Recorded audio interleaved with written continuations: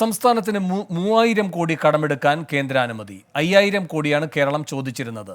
താൽക്കാലിക അനുമതിയാണ് നൽകിയത്. VA ഗിരീഷ് തിരുവനന്തപുരത്ത് നിന്ന് കൂടുതൽ വിവരങ്ങളുമായി ചേരുന്നു. ഗിരീഷ്, 5000 കോടി ചോദിക്കുന്നു, 3000 കിട്ടുന്നു. ഇത് ആശ്വാസമാണോ? എന്താണ് വിവരങ്ങൾ?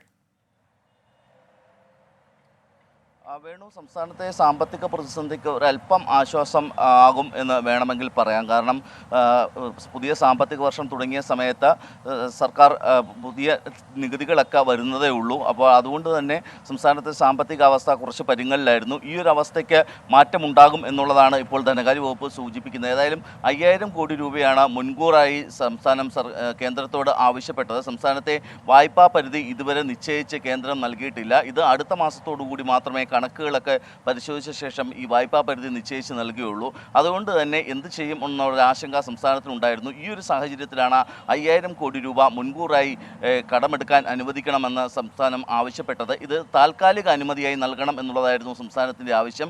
ഇക്കാര്യത്തിലാണ് 3000 കോടി രൂപ അനുവദിക്കാൻ ഇപ്പോൾ കേന്ദ്രം തീരുമാനിച്ചിരിക്കുന്നത്. പക്ഷേ കഴിഞ്ഞ സാമ്പത്തിക വർഷം 5000 കോടി തന്നെ കടമെടുക്കാൻ കേന്ദ്രം മുൻകൂർ അനുമതി നൽകിയിരുന്നു. ഇത് അടുത്ത വായ്പാ പരിധിയിൽ നിന്ന് വെട്ടിക്കുറയ്ക്കാനാണ് കേന്ദ്രത്തിൻ്റെ തീരുമാനം. വേണു, VA ഗിരീഷാണ് തിരുവനന്തപുരത്ത് നിന്ന് വിവരങ്ങൾ നൽകിയത്.